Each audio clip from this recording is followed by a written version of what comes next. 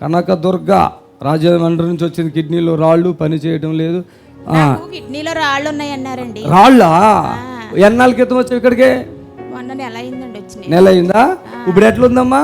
బాగుంది. అది ఆపరేషన్ కూడా కుదరదు అన్నారండి. కుదరదు. ఇక్కడికి వచ్చాక వాళ్ళే చెప్పేస్తారు యేసయ్య నామంలో.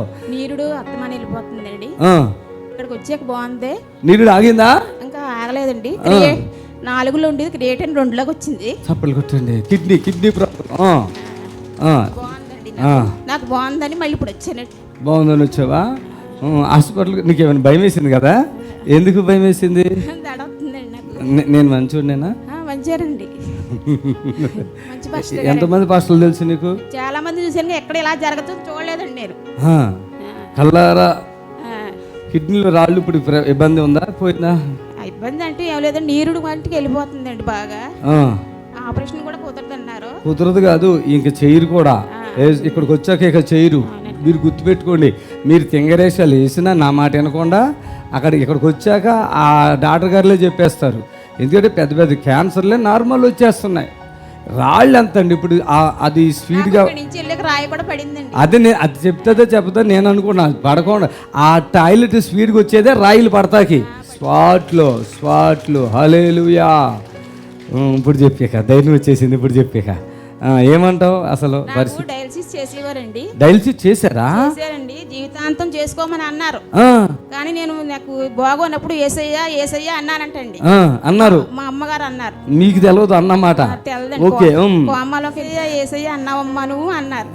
ఇంకా నేను అప్పటి నుంచి దేవునే తలుసుకున్నానండి. అప్పుడు తలుసుకున్నాక 3 నెలలకే డయాలసిస్ ఆపేశారు.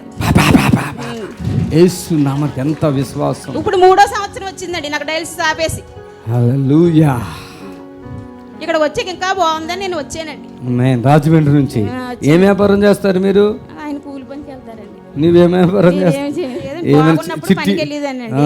అంతేనా? ఇక బాగున్నావు అమ్మా. పట్టుకోండి, ఇద్దరిని పట్టుకోండి. మళ్ళీ ఒకసారి గట్టిగా చప్పట్లు కొట్టండి. కిడ్నీలో పడిపోవటం అనేది చిన్న సంగతి కాదు. ఆ బిడ్డ విశ్వాసముతో కిడ్నీలో రాళ్ళు పడిపోయినని విశ్వాసంతో ఆ బిడ్డ సాక్ష్యం ఇవ్వటానికి వచ్చారు.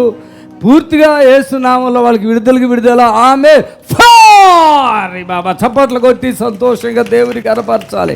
ఆయన నామానికి మహిమ కలుగును గాక. ఇప్పుడు ఏమంటారండి మీ భార్య గురించి మీరు చెప్పండి. భార్య చాలా బెంగెట్టుకున్నాను. గురించి చాలా బెంగెట్టుకున్నాను. ఆవిడే బతుకుతుందో లేదో, కిడ్నీ రాళ్ళు తీయని అన్నారు కదండి. భయం అవుతుంది.